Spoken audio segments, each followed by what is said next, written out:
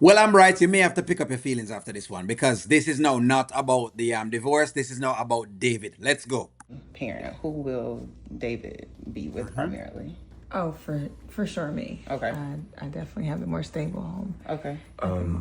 Well, that's not. We haven't really discussed that part. I mean, why would you say that, Amber? I'm a stable individual. Like I'll be stable. I don't think you're that stable, right?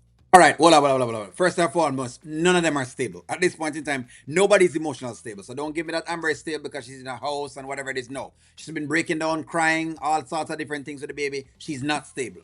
Anthony has been over with his baby mother for whatever else it is. He's not stable at all. So if we're going to talk about stability, she can't win this one and he can't win this one at all. This is a stalemate. So please, let's keep going. Now, seeing that you have other affairs going on. So, yes, David will be with me Okay. in our home where he's used to being. And What about visitation? How often will he be able to see dad?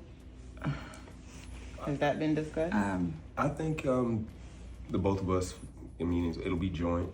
You know. So it hasn't no, been discussed. I think that he would be with me the majority of the time. And maybe Anthony can see him once a month. I think that Once a would be, month. Yeah, I think that would be. But that's not something. So hold on. So let me get this straight. So you're trying to get him to adopt a child, right? Be on the hook for the child, but he's going to see the child once a month. This does not sound reasonable again. Again, I'm right. I'm going to have to flag her for this. Like, you're asking the world of a man at this point in time to do this. This does not make any sense, and this is out of pocket. Something that we discussed. You're saying I can only see my son once a month. Um, no, you could see your son every day. But David, I think once a month is efficient. So yeah. I think I've seen enough. No, it's just we're just having a little. It seems like communication is Right, an it's just issue. communication. Yeah, Just and it was nothing an issue the last time I was here. So I think I'm gonna settle at you guys will not be getting David back. Thank you very much. That's exactly what I want to get to. They're not getting David back. They shouldn't get David back at all. If I was this caseworker working or this particular person from home working, you're not getting David at all. You guys are not sure. You haven't yet settled on what you want to do with David. You haven't yet settled on visitation with David. I would not give you David back because at this point in time, you're not warranted for getting him back. Like you can't do this. No. I've tried. I've given you guys grace. Miss Dunn. We've This rescheduled. okay. Miss Dunn, it's we apologize, but this is married people. They argue Sure. sometimes. I've done this work for a long time. Miss Dunn, please stop cutting me off and let me just speak, please. My husband has made some very poor decisions. It has not altered the way that I love and mother my child. And I am begging you, please. I promise you, he is safe here. He is loved here. Do not take my baby from me.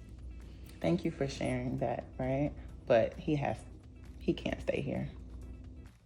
Yeah, thank you very much. Because that would be my take on this absolutely. Okay, so Amber writes, as I said before, Amber messed this one up. Like by going in there and trying to see exactly if you can try to settle whatever it is and being very vindictive, you're not going to win David over with a social worker. You're never going to do that. Or a case person or the adoption agency person. You're never going to win them over because they're looking at the best interest of the child.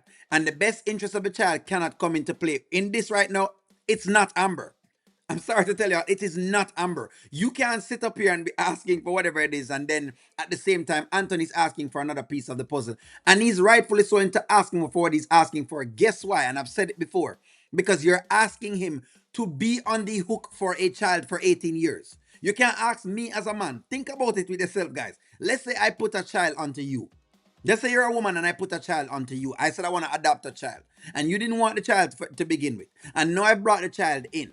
You're now on the hook for that child. I could actually take you for child support for that particular child. So why it is then that you're going to try to control the entire narrative? That cannot make sense. So that's just where my take on this is. I think we'll have to do a live because this one will deserve a lot of context. But hey, let me know what you guys think. Like, share, comment, subscribe. I'm going to talk to y'all soon.